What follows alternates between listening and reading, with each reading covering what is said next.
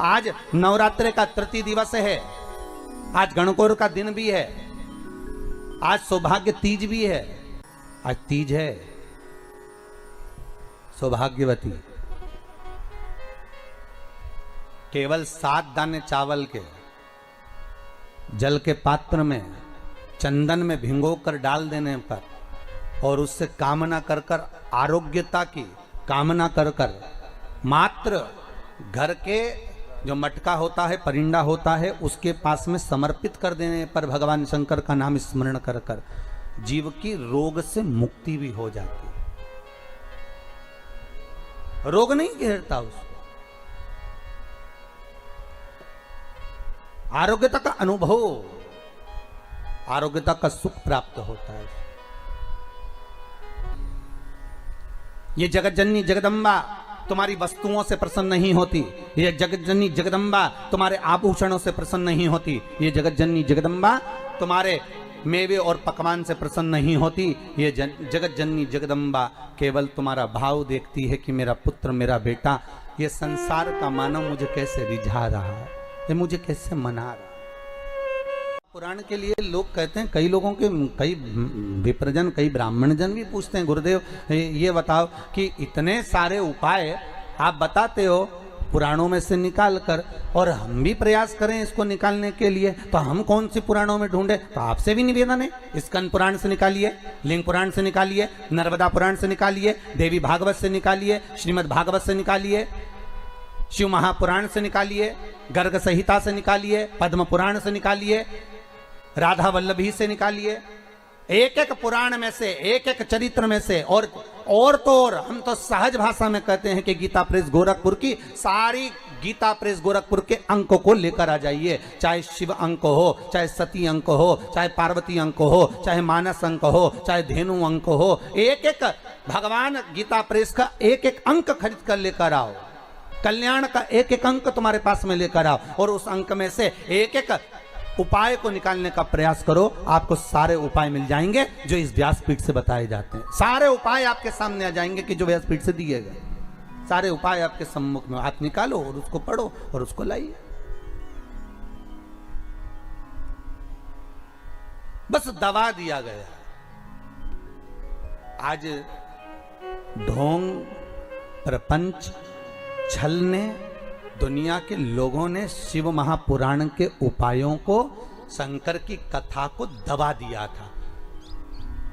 सारी पुराणें होती थी पर शंकर की पुराण नहीं होती थी महाराज, दबा दिया गया था। और शिव महापुराण को केवल जगत में लेकर आना चाहते हैं कि शंकर को दुनिया पहचाने, शिव की साक्षी को पहचाने। शंकर है क्या, शिव का अनुमोदन क्या है? दुनिया के लोग टीवी के माध्यम से फिल्मों का निर्माण कर कर कह देते हैं कि इस पर दूध चढ़ाना, क्यों चढ़ा रहे हो, गरीब बच्चे को दूध पिला दो, ऐसा क्यों कर रहे हो? उस शंकर को जगत तक पहुंचाना है कि शंकर पर दूध क्यों चढ़ाया जाता है, शंकर पर दही क्यों चढ़ाया जाता है, शंकर पर जल क्यों चढ़ाया जाता है, शंकर पर बेलपत्री का महत्व क्या है, शंकर पर शमी पत्र का महत्व क्या है, क्यों शंकर भगवान को शमी के वृक्ष का मात्र 7 फूल चढ़ा देने पर व्यक्ति की मनोकामना पूर्ण हो जाती है, क्यों कहा जाता है? उसको निकालो, उसको समझो, उसको पढ़ो, उसको अपने जीवन में उतारो।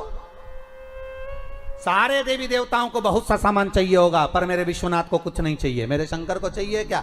अगर आपके जीवन में ऐसा लगे कि बहुत बड़ी बीमारी आ गई और आपके घर का व्यक्ति वेंटिलेटर पर पड़ा हुआ है, तो शमी के वृक्ष के फूल ले आओ 7, और शमी के वृक्ष के 7 फूल लाकर एक एक फूल शंकर भगवान को श्री शिवाय नमस्तुभ्यम कहकर उस व्यक्ति के लिए जो पड़ा हुआ है, अंतिम सांसें गिन रहा है, जिसको अटैक आ गया, अंतिम सांसों में जो गिन रहा है, उसके नाम से भगवान शंकर पर चढ़ाना प्रारंभ कर दो। मात्र 7 पुष्प, उस शमी के वृक्ष के 7 पुष्प आप शिव को समर्पित करिए, उसका नाम और गोत्र बोलकर, और भगवान शंकर का मूल मंत्र श्री शिवाय, जम के बोलिए श्री शिवाय नमस्तुभ्यम बोलकर एक एक शमी का फूल शंकर पर चढ़ाना प्रारंभ कर दो।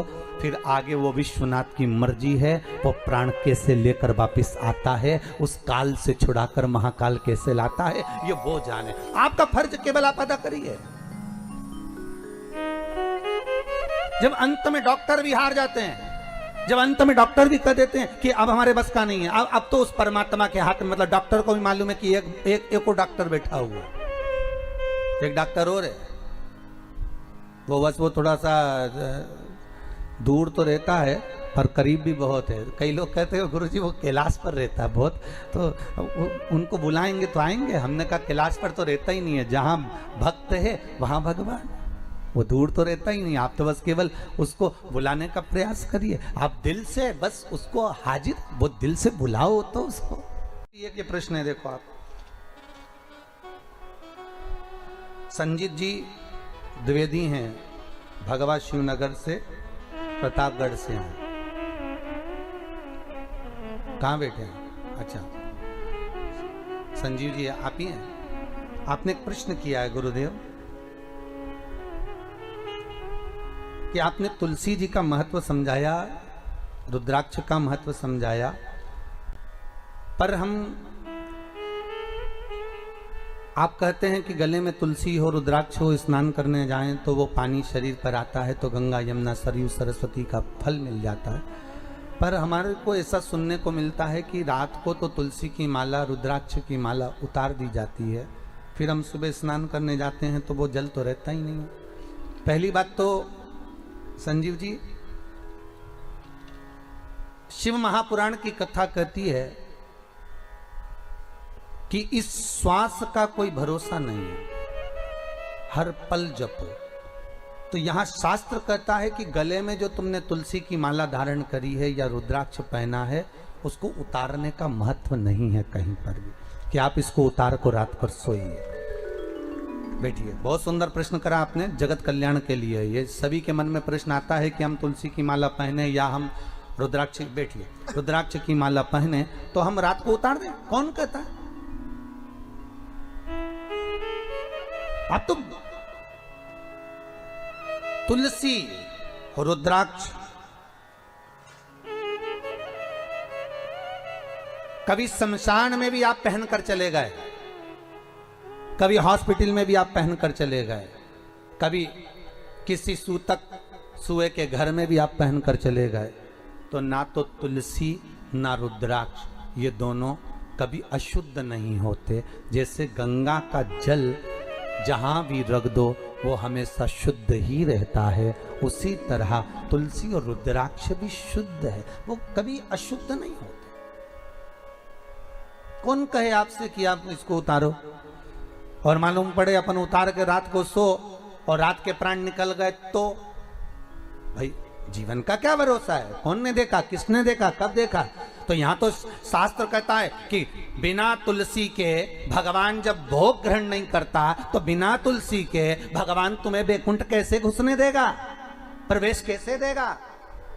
बिना बेलपत्री के शंकर कुछ अंगीकार नहीं करता तो बिना रुद्राक्ष के शिव कैलाश कैसे लेकर जाएगा? और प्राण अगर रात को निकल गए तो इसलिए शिव महापुराण की कथा कहती है कि गले में अगर तुलसी की माला होगी, रुद्राक्ष की माला होगी तो कम से कम ये काम तो आ जाएगी। नहीं तो मरने के बाद ईमानदारी से बोलना रे, जितने लोग टीवी पर कथा सुन रहे हो, व्यक्ति जिस गद्दे पर सोता है वो गद्दा बाहर फेंक दिया जाता है। बोलो सही है कि गलत है? अच्छे से तो बोलो, सही है। व्यक्ति जिस दरी पर मरा उस दरी को बाहर फेंक दिया जाता है। व्यक्ति जिस चादर को ओढ़कर मरा वो चादर बाहर फेंक दी जाती है। व्यक्ति जिस कपड़े को पहना वो कपड़े बाहर फेंक दिए जाते हैं। अब ईमानदारी से बोलो तो व्यक्ति जिस चेन और अंगूठी को पहना वो, उसका क्या होगा? मान लो उसने चेन अंगूठी पहन रखी है, अरे पांडे तारा वाला जल्दी बोलो उसका क्या करना? नहीं, चेन अंगूठी का क्या करना है फिर अपन को? है माताएं बोल रही है कि रख लेंगे, और वो कपड़े वो फेंक दिए, वो दरी वो फेंक दी। वो मरने वाले के नीचे दरी भी बिछाते तो ऐसी बिछाते जिसका पूरा कलर चले गया। मरने वाले के ऊपर चद्दर भी बिछाएंगे तो ऐसी बिछाएंगे जो पूरी धुल के जिसका कलर चले गया, बेकार फेंकने वाली वो उड़ा देंगे। कपड़े भी ऐसे, और सब सामान फेंक देंगे। पर कोई चेन, वो सोने की इतनी मोटी चेन पहन के बैठ, भले मोटी नहीं हो पतली हो तो कोई फेंकेगा नहीं, अंगूठी नहीं। और सोने की बटन लगाता काका जी तो बटन कुर्ता फेंका तो फेंक दे नहीं, कौन फेंकेगा? कोई। तो मतलब अंदाजा लगा लो कि दुनिया के लोग तुमसे प्रेम नहीं करते, दुनिया के लोग तुमसे दिखावा करते हैं। प्रेम तो उनको सोने और चांदी और प्रॉपर्टी से है, इसलिए तो नहीं फेंकी, नहीं तो तुम्हें तो फेंक देते। कब का? जब तुम्हारे कपड़े फेंक दिए, तुम्हारी दरी फेंक दी, तुम्हारी चादर फेंक दी, और तुम्हें नहीं रखा मरने के बाद, तुम्हें ले जाकर शमशान में फेंक दिया। संभाल के तो केवल चेन अंगूठी रखी, संभाल के तो तुम्हारे आभूषण वगैरह रखे। तो फिर मतलब क्या है? दुनिया के लोग तुमसे कहाँ का प्रेम करते हैं? दुनिया के लोग तो केवल प्रेम करते हैं तुम्हारे धन और दौलत से, तुम्हारी संपदा से। जब व्यक्ति की गरीबी आती है ना, तो दुनिया के लोग सोचते हैं कहीं मांगने ना आ जाए, और दुनिया की जब अमीरी आती है तो दुनिया के लोग सोचते हैं कि ना जाने कहाँ डाका डालकर लेकर आया होगा। विचार करिए, संसार की इस दृष्टि को विचारिए जरा कि क्या दृष्टि है लोगों, क्यों? इसीलिए शिव महापुराण की कथा कहती है शंकर कहां रहते हैं? जम के बोलो, शमशान में। शिव शमशान में निवास करते हैं क्योंकि उनके ससुर दक्ष प्रजापति ने श्राप दिया था, हे शंकर मैं तुम्हें श्राप देता हूं कि तुम शमशान में निवास करोगे। शंकर भगवान बड़े खुश हुए, मेरे ससुर जैसा दुनिया में कोई ससुर नहीं होगा। प्लाट भी दिलाया तो ऐसी जगह जहां कोई कब्जा ही नहीं करेगा। इतनी सुंदर जगह पर मुझे रहने की व्यवस्था दे दी, वहां कौन कब्जा करने जाएगा? बस सबसे ज्यादा दुख था शमशान में रहने पर तो पार्वती जी को दुख था। पार्वती जी हमेशा शंकर जी से कहती थी अपन शमशान में रहते हैं, अपने को कौन मिलने आएगा? शंकर जी बोले चिंता मत कर, नहीं आएगा तो बांध के लाया जाएगा, और जो एक बार आ गया दूसरी बार कभी नहीं जाएगा। सबसे ज्यादा टेंशन पार्वती जी को था, अपने से कौन मिलने आएगा? इतनी दूर मकान बनाएंगे, जंगल में मकान बनाएंगे, गांव को छोड़कर इतनी खेत पे मकान बनाएंगे तो वहां कोई नहीं आएगा, वहां डर अलग लगेगा। तो शंकर भगवान की कथा देखो, कोई नहीं आएगा, आएगा जब आएगा, और एक बार आ गया तो वापस जाएगा ही नहीं, रुकेगा, फिर क्या करे जाकर? कई लोग हमसे ही कहते हैं, अरे गुरुजी आपने वो आपका कुबेरेश्वर महादेव मंदिर बना रहे हो, गौशाला बना रहे हो, वृद्धाश्रम बना रहे हो, तो कहाँ जंगल में बना रहे हो? इसको बनाना था तो कहीं वृंदावन में बनाना था। बड़े बड़े महाराज वृंदावन में आश्रम बना रहे हैं, बड़े बड़े महाराज हरिद्वार में बना रहे हैं। तुम्हें पैसा खर्च करना था तो कहीं तीर्थ में करना था, ऐसी जगह जहां लोग आते जाते रुकते, कमरे में रुकते तो थोड़ा पैसा देते तो कमरे का खर्चा निकल जाता। तो हमने कहा हमने कुबेरेश्वर महादेव का मंदिर बनाया है, गौशाला बनाई है, वृद्धाश्रम बनाया है, वहां पर एंजॉय करने के लिए होटल नहीं बनाया कि आओ एसी के रूम में रुको और एंजॉय करो और चले जाओ। जिसको आना है वो शंकर जी के लिए आएगा, जिसको आना है वो गौ माता के लिए आएगा, जिसको आना है शंकर से मिलने के लिए आएगा। इसलिए कुबेर भंडारी का जो मंदिर सीहोर से 10 किलोमीटर दूर पर जंगल में जो बनाया जा रहा है, उसका कारण केवल इतना है कि यहां जो आएगा केवल शंभू के लिए आएगा, और जो शंकर के लिए आएगा तो कुबेर भंडारी उसके लिए खजाना खोल ही देगा, इसलिए उसको वहां बनाया। और सबसे ज्यादा धन्यवाद तो आपको दूंगा जिन जिन लोगों ने उसमें सहयोग करा। दान का एक एक रुपया अगर आपने दिया है, अपन रहे ना रहे पर अपना दिया गया वो दान सत्कर्म कम से कम सही जगह लग तो गया। गौ माता में, वृद्धाश्रम में, उस मंदिर में सही जगह लग तो रहा है। इसकी प्रसन्नता होना चाहिए, इसकी प्रसन्नता।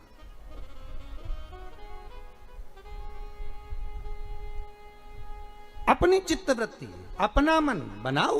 भगवान जहां कहे, शिव जी कह रहे हैं मैं शमशान में रहता हूं, शमशान में रहने में दिक्कत क्या है मुझे? मैं तो अलमस्त रहता हूं, मुझे कोई टेंशन नहीं है। पार्वती जी बोली कितना बुरा लगेगा लोगों को यहां आने में। शंकर भगवान बोले आने में बुरा लगेगा तो लगे, पर जो भी आएगा थोड़ी देर कम से कम बैठेगा तो सही हो। लोगों के पास फुर्सत नहीं आज के जमाने में 5 मिनट बैठने की, पर शमशान में आएगा तो थोड़ी देर बैठेगा। जपो, जपाओ और जपते रहो। शिवलिंग में से आवाज जो आई, ब्रह्मा जी का तो मन विचलित हो गया। ये जो उंगली उठाने वाले होते हैं ना, तो ये उंगली तो उठा देते हैं पर ये देखते नहीं है कि ये 3 उंगलियां हमारी ओर भी जा रही है, हम उसमें बुराई देख रहे हैं तो 3 बुराई हम में भी होगी। हम किसी पर अगर उंगली उठा रहे हैं तो हम में भी कुछ ना कुछ खोट तो होगा।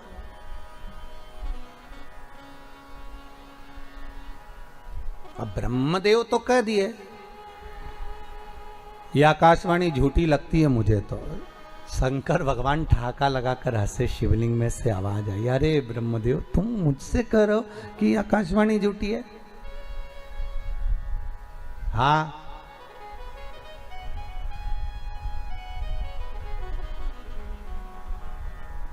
शिवलिंग जब प्रकट हुआ, उस शिवलिंग के 5 मुख निर्मित करे शंकर। केवल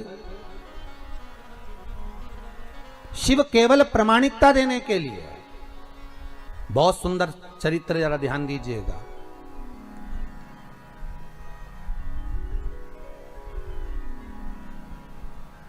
शंकर कह रहे हैं तुम मुझे जानते नहीं हो? नहीं, मैं तो समझता ही नहीं। आप शंकर भगवान विष्णु के पिता हो सकते हो, ये मैं नहीं मान सकता।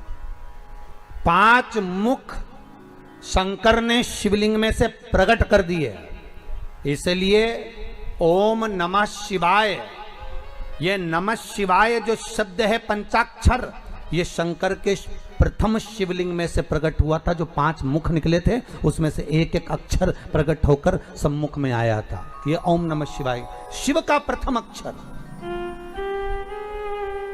शिव का प्रथम स्वरूप ओम नमः शिवाय जो प्रकट हुआ, प्रथम लिंग जो प्रकट हुआ शिवलिंग, उसी में से प्रकट हो गया, उसी में से। अब भगवान शिव कह रहे हैं कि नहीं ब्रह्मदेव तुम जानते नहीं हो हमको, और ब्रह्मा कह रहे हैं आप नहीं जानते, ब्रह्मा असत्य पर और शिव सत्य पर।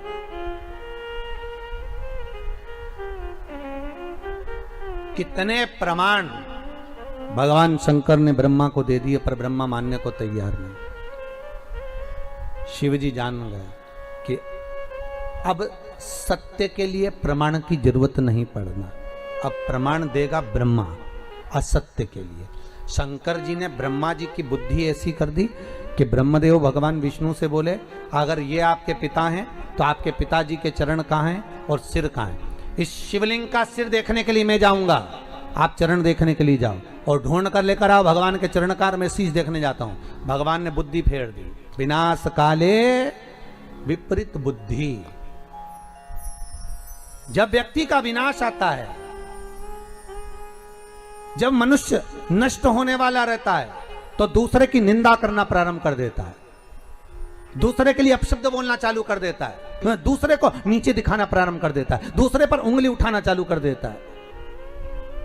समझ लेना कि अब इसकी विद्वत्ता, अब इसका अहम, इसका अहंकार नीचे की ओर आ रहा है।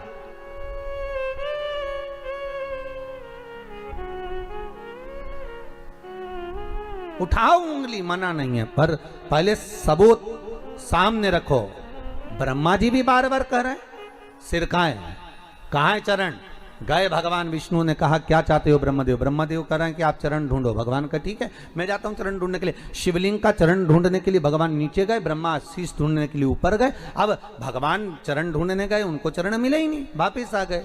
ऊपर गए ब्रह्मा जी, जाते जाते केतकी का पुष्प मिल गया, उसको ले लिया साथ में, गौ माता मिल गई, उसको ले लिया साथ में। चलो तुम सबूत देना, कह देना कि भगवान ब्रह्मा को सिर मिल गया, तो झूठ बोलने का क्या लाभ होगा? केतकी के पुष्प से बोला तुझे सुगंधित बनाकर रखूंगा, देवताओं पर तू चढ़ेगा।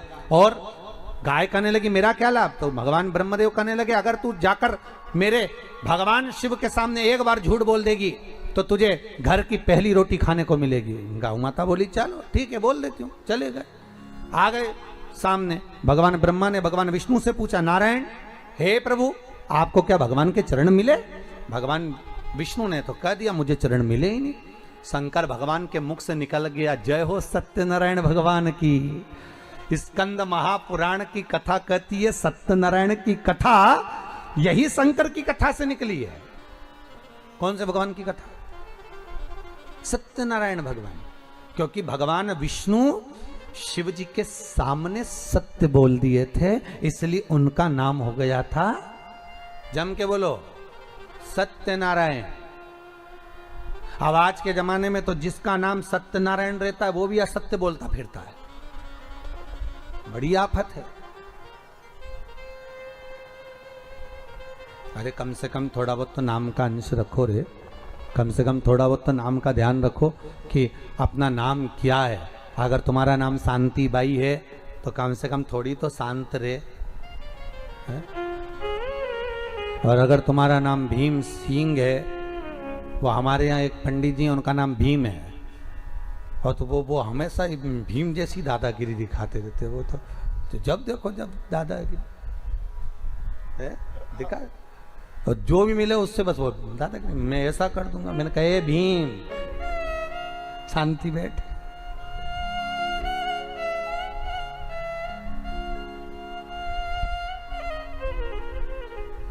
शांति बैठ। अरे तुम्हारे नाम का कम से कम फल तो प्राप्त करो। अब नाम रख दिया आशीष, और झुकाए कभी किसी के आगे नहीं शीश, तो क्या मतलब का आशीष है? अरे थोड़ा गुरु के चरण में, परमात्मा के चरण में, माता पिता के चरण में, बड़ोजन के चरण में थोड़ा बहुत तो शीश झुकाओ।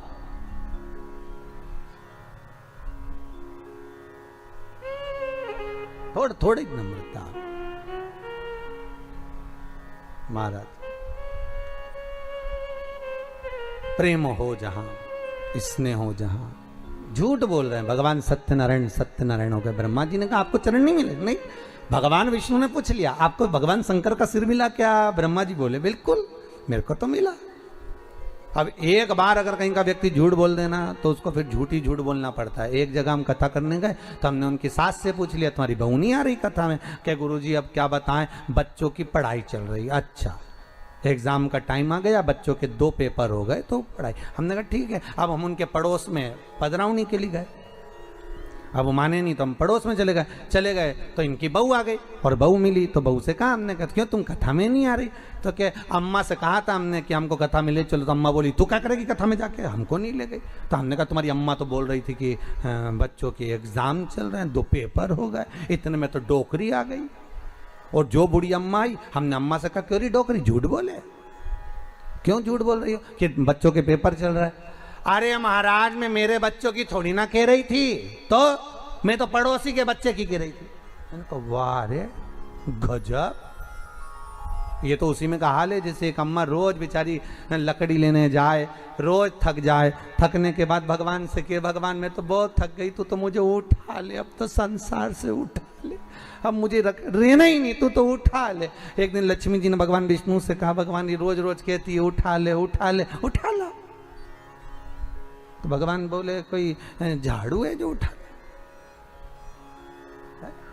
परंतु रोज रोज तो कह रही ना उठा ले उठा ले। तो भगवान कहा ठीक है अब कल बोलेगी तो उठा लाऊंगा। उसने कल फिर हे भगवान मैं तो थक गई, संसार में आकर फंस गई, तो मुझे उठा ले। भगवान सामने प्रकट हो गए, अम्मा चल मैं तुझे उठाने आया। अम्मा बोली मैं मेरी थोड़ी ना कह रही, लकड़ी का गट्ठा उठा ले, ये लकड़ी का गट्ठा उठा, मैं मेरी थोड़ी ना कह रही। अम्मा बोले तू तो मेरे पीछे बढ़ गया, मुझे उठाने आ गया, फालतू हूं मैं। भगवान लक्ष्मी जी को देख के बोले बहुत चतुर है, पांडे तारा की है, साधारण नहीं है। कोई उठे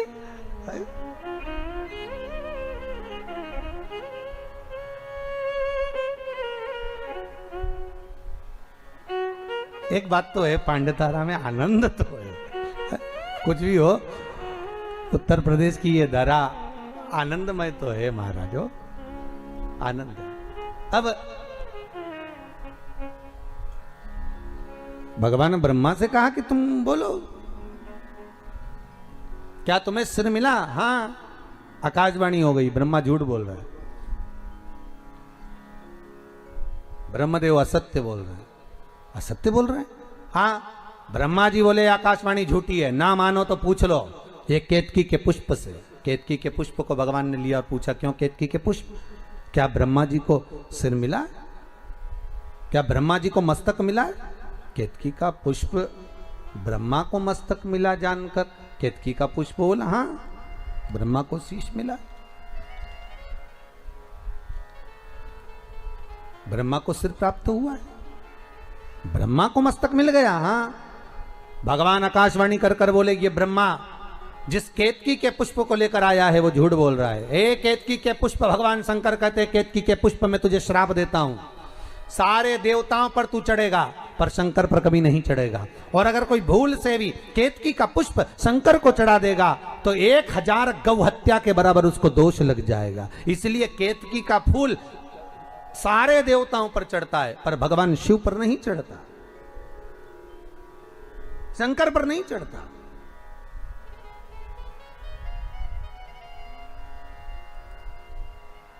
शिव को प्रिय है पुष्प में आंक का पुष्प, जो आंकड़े का पुष्प होता है शंकर को बड़ा प्रिय है। और दूसरे नंबर पर शंकर को प्रिय है शमी का पुष्प, बहुत ध्यान देना महाराज। तीसरे नंबर पर शंकर को प्रिय है महाराज सरसों का पुष्प। सरसों होती है ना, जो राई अपन बोते हैं, सरसों बोते, उसमें पीले कलर का जो पुष्प लगता है। हमारा तो निवेदन रहता है जब तक सरसों आए तो प्रयास करा करो कि सरसों के 108 पुष्प शंकर भगवान पर चढ़ाना प्रारंभ कर दो। महाराज ये पक्का है कि वर्ष भर कोई बड़ी बीमारी आपको घेर नहीं सकती अगर सरसों के फूल शिव को चढ़ रहे हैं तो। और प्रयास करना कि सरसों का जो पुष्प होता है, सरसों का जो फूल होता है महाराज, अगर कोई व्यक्ति को किडनी या लीवर से जुड़ी हुई कोई तकलीफ होती है या किसी व्यक्ति का एक्सीडेंट हो गया होता है और उसका कोई अंग रह गया हो, कोई शरीर का कोई भाग रह गया और वो काम नहीं कर रहा हो, जैसे किसी के पांव रह जाते हैं एक्सीडेंट के बाद, किसी का हाथ रह जाता है या कोई अंग काम नहीं कर रहा हो, वहाँ ब्लड पहुँच नहीं रहा हो, वो जगह एकदम सुन्न हो गई हो, खाली पड़ गई हो, तो उसके लिए शिव महापुराण की कथा कहती है कि सरसों के पुष्प 11 शंकर जी के राइट भाग में, जहाँ शिव जी के गण दरवाजे के द्वारपाल मणिभद्र जिस जगह पर निवास करते हैं, कौन निवास करते हैं? मणिभद्र। शंकर जी के दरवाजे के द्वारपाल हैं मणिभद्र जी। तो मणिभद्र दरवाजे के द्वारपाल में राइट भाग में मणिभद्र जी विराजते हैं। मतलब राइट भाग कौन सा हुआ? जब आप मंदिर से बाहर निकलेंगे तो राइट भाग, मंदिर में प्रवेश करेंगे जब राइट नहीं होना चाहिए, आप मंदिर से जब जाएं तो राइट भाग।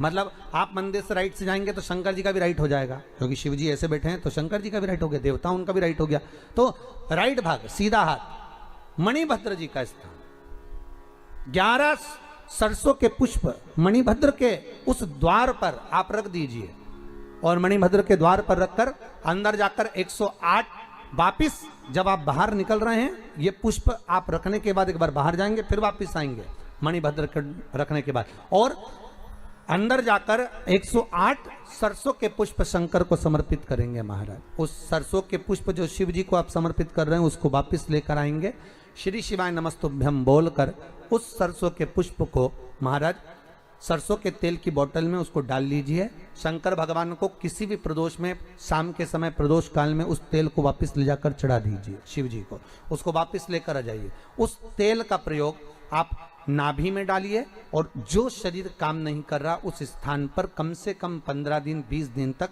उसकी मालिश करना प्रारंभ करिए। बाबा चाहेगा तो चलाने का प्रयास कर देगा और वो अंग, वो शरीर काम करने लगेगा। मणिभद्र का स्मरण, श्री शिवाय नमस्तुभ्यम, सब बोलिए एक बार जमकर, श्री, अरे पहले बोल दिया, हमारे साथ तो बोलो, श्री शिवाय नमस्तुभ्यम। भगवान शिव के मंत्र का स्मरण कर कर करते सरसों का जो पुष्प है उसमें आनंद की अनुभूति है, आनंद की अनुभूति।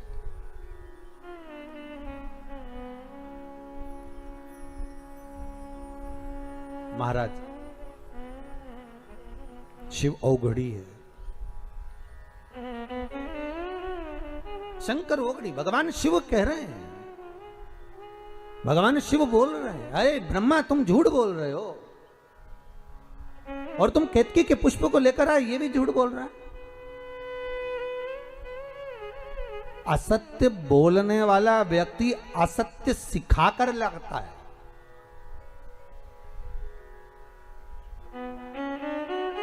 मैं फिर निवेदन करूंगा आप सबसे, पूरे महीने आप सत्य नहीं बोल सकते ना, मत बोलो।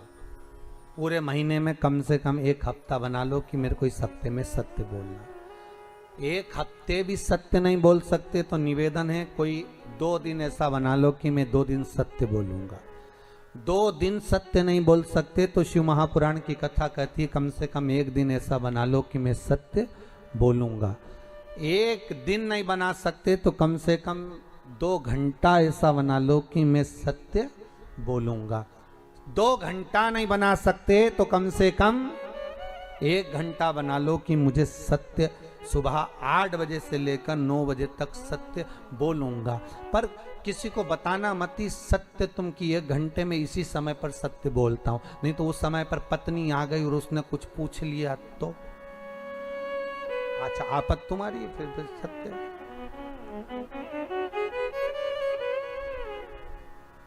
गांव के बहुत विद्वान पंडित जी, बहुत विद्वान,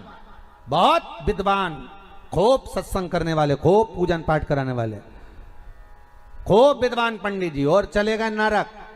तो गांव के लोग कुछ मरने के बाद नरक गए तो उन्होंने अपने पंडित जी को देखा, पंडित जी तुम यहाँ? पंडित जी बोले आओ। तो तुम्हें तो स्वर्ग जाना था, तुम नरक क्या कर रहे हो? पंडित जी बोले पत्नी के कारण आया। तो पत्नी ने कैसे भेज दिया कि रोज तैयार होके मेरे सामने आके पूछती थी मैं कैसी लग रही। अब रोज मुझे झूठ बोलना पड़ता था कि तू बहुत अच्छी लग रही, भले बुरी लगे तो भी कहना पड़ता था कि अच्छी लग रही।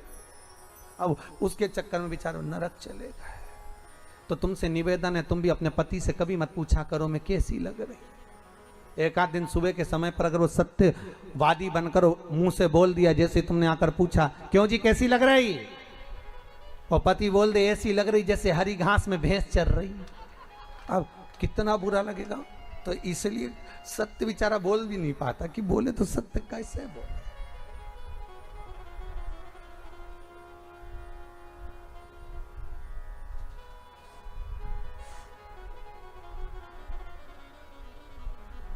आज तो हमारे जजमान जिन्होंने पूजन करी वो दोनों पति पत्नी साथ में भी बैठे। जिन्होंने 2 दिन पूजन करी तो बेचारा एक यहाँ बैठती थी एक वहां बैठता था।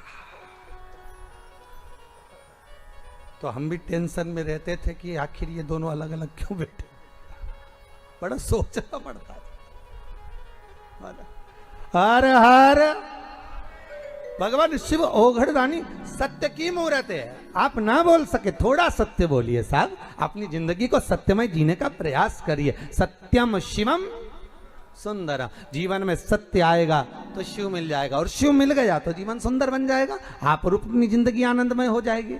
जीवन को सुंदर बनाने के लिए सत्य की मूर्ति बनना प्रयास करिएगा। हमारे मन में जो आए हम सत्य कह दें, हमारे मुख पर जो आए सत्य कह दें। मरने के बाद तो लोग बोलेंगे राम नाम सत्य। अरे बोलो तो सही, तुम तो घबरा गए। बोलो राम नाम सत्य है। मरने के बाद दुनिया बोलेगी, और जब दुनिया बोलेगी तो अपन तो बोल ही नहीं पाएंगे क्योंकि अपन तो लेटे होंगे।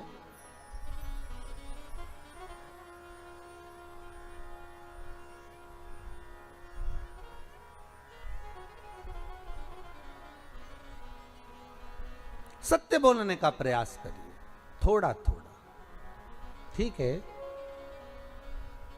एकदम सत्य निकालना भी बड़ा कठिन हो जाता है।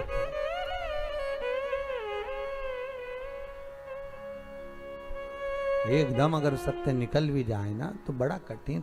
अब मुंह पर तो बोलना ही पड़ता है तुम साहब बहुत बढ़िया हो, साहब बहुत आनंद है, बहुत बढ़िया। अब मन से तो कचोट रहा है, काय को मुंबई छोड़ के यहाँ आ गए। बताओ, हमारी छाती पे मूंग दलने आए, इससे तो मुंबई में अच्छे थे। पांडे तारा में क्या कर रहे हैं, सबकी सब इकट्ठे हो गए, ना जाने अब कितनी जमीन और खरीदेंगे।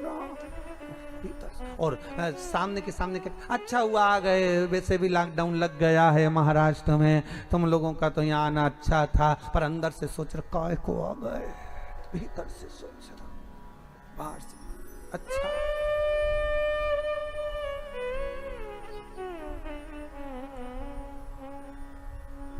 अच्छा तुम सोच तो रहे हो कि महाराज कैसी कथा बाचे राम, अब ऐसी बाचे महाराज का तो काम ये है। पर अपनी जीवन में सत्यता को थोड़ा सा लाओ। अये ब्रह्मा तुम झूठ बोल रहे हो। ब्रह्मदेव ने कहा मैं झूठ बोल रहा हूं, केतकी का फूल झूठ बोल रहा है, तो गौ माता से पूछ लो। गौ माता को खड़ा करा, भगवान शिव ने पूछ लिया, बोल गौ माता क्या ब्रह्मा जी ने भगवान शंकर का सिर देखा है? तो गौ माता बोली हाँ ब्रह्मा जी ने सिर देखा।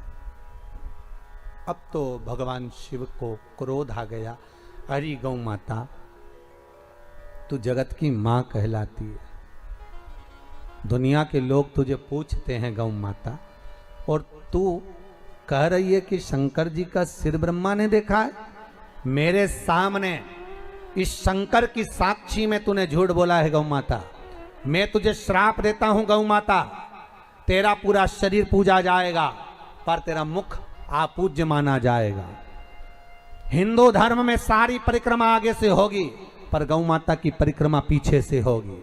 हिंदू धर्म में सारा दान, कन्यादान, वस्त्रदान, मुद्रादान, स्वर्णदान, अन्नदान, सारा दान आगे से होगा पर गाय का दान पूंछ पकड़कर पीछे से होगा, क्योंकि तूने झूठ बोला है, तू असत्य बोली है। और तू असत्य क्यों बोल रही है? तू असत्य बोलने का कारण तेरा है क्या? क्यों असत्य बोली? केवल एक रोटी के लिए?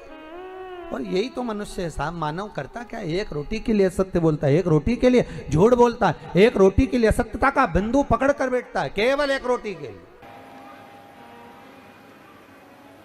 जो चैत्र के जिस पवित्र महीने में भगवान शिव माता पार्वती जी के साथ में ईसर गोरा बनकर, गणा गोर बनकर शिव महापुराण के यजमान बने हैं, उस पवित्र अवसर पर आप सभी शिव पार्वती के रूप में विराजमान होकर भगवान शंकर की परम कथा को श्रवण कर रहे हैं। और तेरी कृपा बिना ना हिले एक भी अणु, लेते हैं श्वास तेरी कृपा से तनु धनु।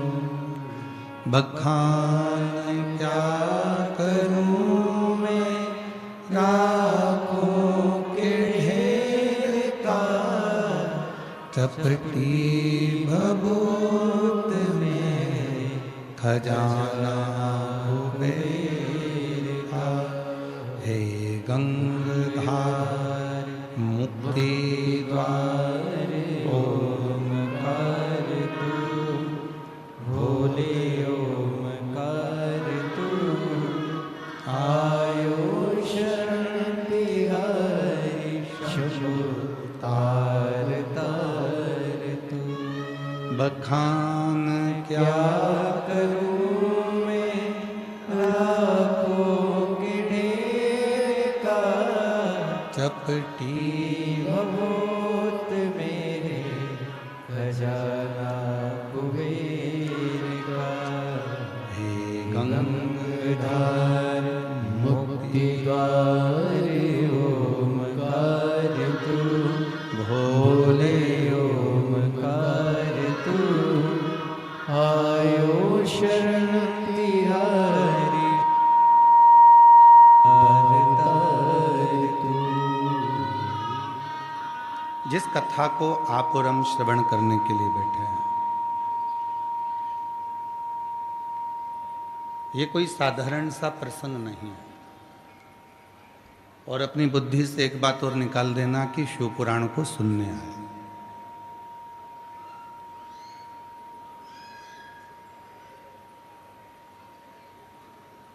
क्योंकि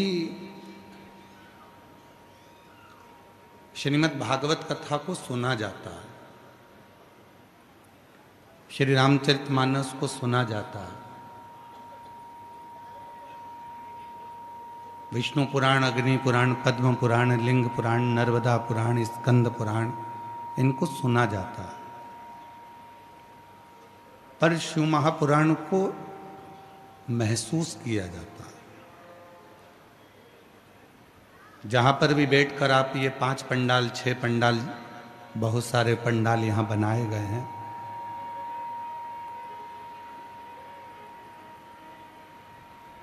आवाज खोलिए पीछे। ये जितने भी पंडाल यहाँ पर बनाए गए हैं, कहीं पर भी बैठकर आप देवाधिदेव महादेव की पवित्र कथा का लाभ लीजिए और शिव को महसूस करिए।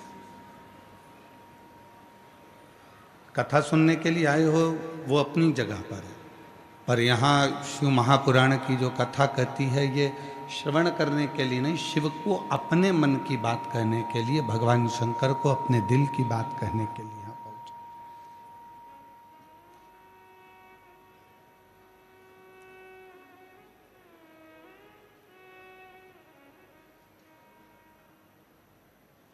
और भगवान देवाधिदेव महादेव ने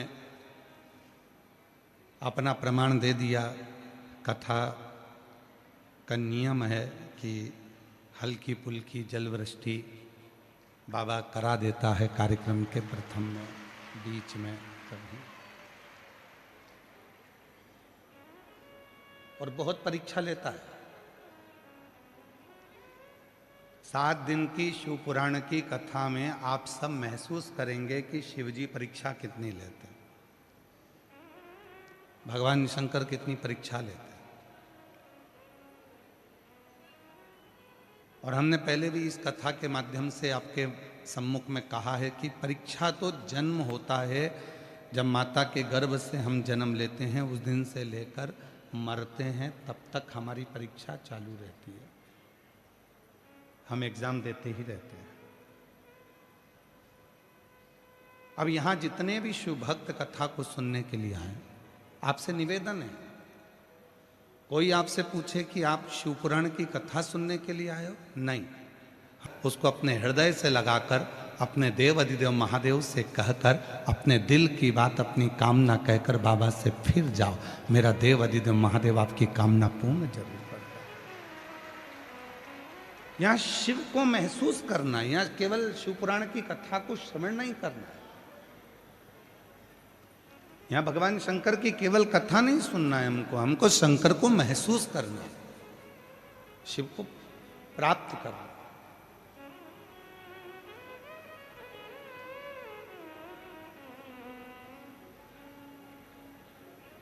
और महादेव नमन चरणों में, जिन जिन को याद है 5 6 ही पंडाल में से आवाज इस व्यासपीठ तक आना चाहिए। हो महादेव नमन चरण स्वीकार सबका किया है, मेरा भी उद्धार कीजिए, उद्धार कीजिए। हे त्रिपुंडधारी, हे त्रिशूलधारी, हे त्रिपुंडधारी, है त्रिशूलधारी। चरणों में तेरे बाबा जी पावन है चारों धाम। चरणों में तेरे बाबा जी पावन है चारों धाम। चरणों में तेरे बाबा जी पावन है चारों धाम। तेरी देव करते वंदना पूजे हैं सीता। तेरी देव करते वंदना पूजे हैं सीतारा। हो जाए पूरी कामना, हो जाए पूरी कामना। उपकार कीजिए सबका किया है, मेरा भी उद्धार कीजिए, उद्धार कीजिए। हे त्रिपुंडधारी, हे त्रिशूलधारी, हे हे त्रिपुंडधारी, हे त्रिशूलधारी। ये शिव की वो कथा है जिसमें हम शंकर से अपने मन की बात कर सकते हैं, अपने मन का भाव कह सकते हैं, बाबा को अपने दिल की बात कह सकते हैं, बाबा को अपने मन का भाव प्रस्तुत कर सकते हैं। किसी भी पुराण में बोलने की अनुमति नहीं होती, पर शिव महापुराण एक ऐसी पुराण है जिसमें चंचुला देवी अपने पति बिंदु के लिए तुमरुका जी से प्रश्न करती है, उत्तर भी मिलता है और बात भी करती है।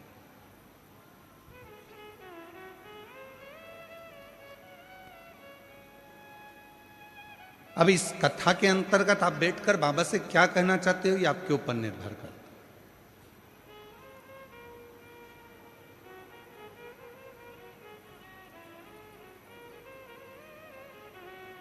और जैसे शिव पुराण की कथा कहती है, जिससे प्रेम होता है ना उसके लिए थोड़ा समय निकालना जरूरी होता है। पत्नी क्या मांगती है पति से? कभी पत्नी पति से नहीं कहती कि मुझे ला कर दो, वो कहती है मेरे लिए समय तो निकालो, थोड़ा तो समय दो। मानूं मैं तुम खूब कमाओ, मना नहीं है, तुम्हारी फैक्ट्रियां 4 चले, हजारों काम चले, तुम बहुत गाड़ियां चले, घोड़े चले, तुम्हारे बहुत बंगले बने, सब कुछ हो, पर थोड़ा सा समय तो दो मुझको, थोड़ा सा।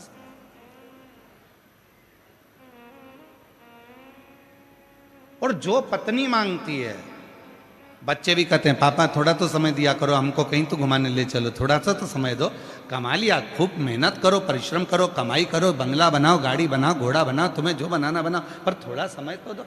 और माता पिता क्या कहते हैं, बच्चा बहुत काम कर लिया, अब थोड़ा आराम करा कर और थोड़ा समय अपने बीवी बच्चों को और हमको भी दिया कर। समय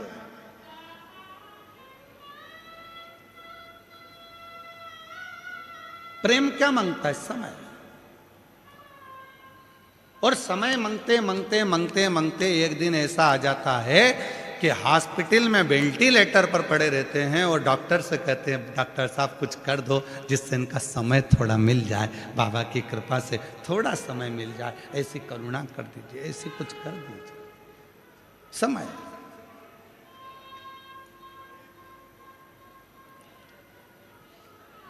और समय कहाँ दिया जाता है? तो शिव महापुराण की कथा कहती है 33 कोटि देवता में अगर कोई देवता सबसे ज्यादा समय अगर किसी को देते हैं तो भगवान देव अधिदेव महादेव अपने भक्त को देते हैं, भगवान शिव।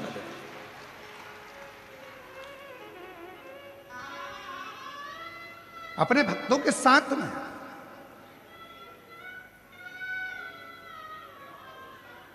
कोई मंदिर नहीं है जिस मंदिर में भगवान को छुआ जाए।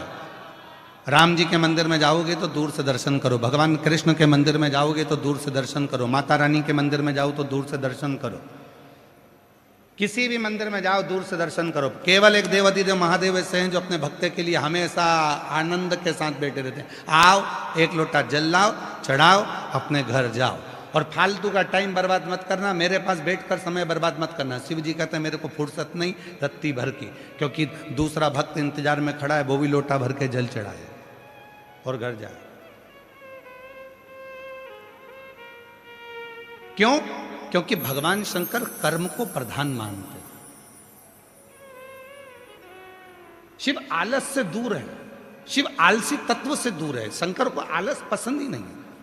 शिव कर्म प्रधान है, मेहनत जितनी करोगे उतना फल पाओगे। शिव महापुराण की कथा में आपने जितनी बार भी कथा सुनी होगी, हम एक बात हमेशा कहते हैं, अगर मेहनत कर रहे हो, परिश्रम कर रहे हो, अपनी मेहनत को 4 गुना बढ़ाओ, अपने परिश्रम को 4 गुना बढ़ाओ, रात दिन एक करो, और आखिरी में एक बेलपत्र के बीच वाले पत्ते पर शहद लगाकर शिव जी को चढ़ाकर फिर अपने एग्जाम में बैठो, तुम्हें सफलता जरूर मिलेगी। मेहनत जरूरी है, परिश्रम जरूरी है, संघर्ष जरूरी है। और व्यक्ति करता क्या नहीं है, सब करेगा। महाराज जी हाथ देखकर बता दो मेरे भाग्य में क्या लिखा है, और फिर दिन भर किस्मत का रोना रोता रहेगा, मेरी तो किस्मत ही बेकार है, मेरी तो किस्मत ही बेकार है। भगवान कहते काय को किस्मत का रोना रोता है, एक लोटा जल चढ़ा और अपनी मेहनत 4 गुना बढ़ा, देख तुझे सफलता मिलती है कि नहीं मिलती, तू आगे बढ़ता है कि नहीं बढ़ता, तेरे लाभ होता है कि नहीं।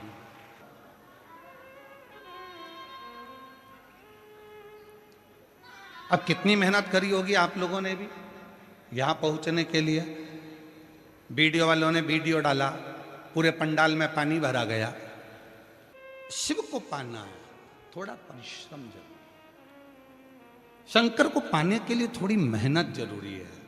और जैसे भगवान को पाने के लिए मेहनत मतलब भक्ति की मेहनत, परिश्रम, थोड़ा बैठना पड़ेगा, थोड़ा शिव को समय देना पड़ेगा। जिससे प्यार करो, जिससे प्रेम करो, उसको थोड़ा समय दो।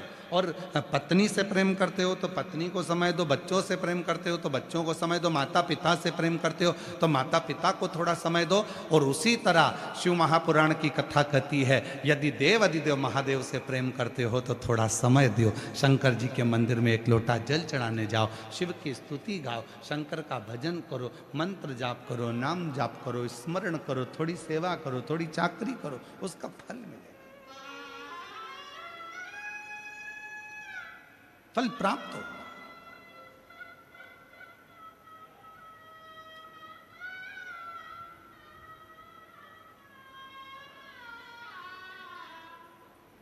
चले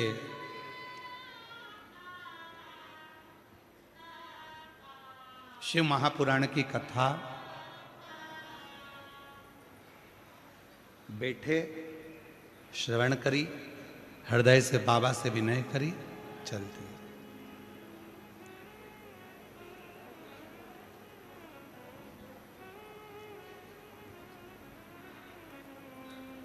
केवल एक देव अधिदेव महादेव 33 कोटि देवता में एक ऐसे देवता हैं जिनको तुमसे कोई वस्तु की चाह नहीं, उनको तुमसे कुछ भी नहीं चाहिए। आप जल चढ़ाएं तो ठीक है, ना चढ़ाएं तो ठीक है, आप एक पुष्प भी भगवान शंकर को दें तो ठीक है, ना दें ठीक है। कई लोग कहते हैं भगवान अगर तुम ऐसा करोगे तो भगवान अपमान हो गया, भगवान का अपमान हो गया तो भगवान तुम्हें बद्दुआ दे देंगे, श्राप दे देंगे। शिव महापुराण की कथा कहती है देवों में भी एक देव हैं जिनको महादेव कहा जाता है, और भगवान देवाधिदेव महादेव भगवान शिव हैं, जो कभी बद्दुआ नहीं देते, जो कभी अपशब्द नहीं कहते, जो कभी तुमको श्राप नहीं देते। भगवान शंकर एक ऐसे हैं, तुमने जल चढ़ाया ठीक है, कुछ गलती भी हो गई ठीक है, कुछ त्रुटि भी हो गई ठीक है, क्यों? क्योंकि उनका नाम भोला है, वो तुमसे तुम्हारे बीच में रहते हैं, तुम्हारे साथ रहते हैं, तुम्हारे संग रहते हैं। थोड़ी बहुत गलती स्वीकार। और जब हम परिवार के साथ में रहते हैं, परिवार के बीच में रहते हैं, तो थोड़ी ना थोड़ी गलतियां, थोड़ी ना थोड़ी गलतियां हमारे जीवन में और आपके जीवन में होती रहती है।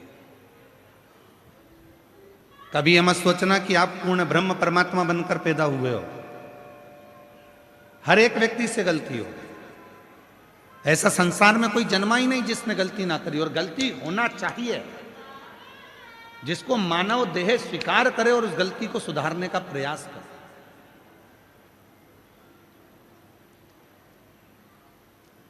पर हम क्या करते हैं, दूसरे का उदाहरण देते हैं, उसकी बहू अच्छी है, उसने एक गलती नहीं करी, उसकी सास अच्छी है, उसने कोई गलती नहीं करी, उसका बेटा अच्छा है, उसने कोई गलती नहीं करी, वो ऐसा है, उसने कोई गलती नहीं करी। पर शिव पुराण कहती है ये मानव की देह गलती होती है और होना चाहिए, सुधारो उसको, कैसे ना कैसे उसको सुधारने का प्रयास करो।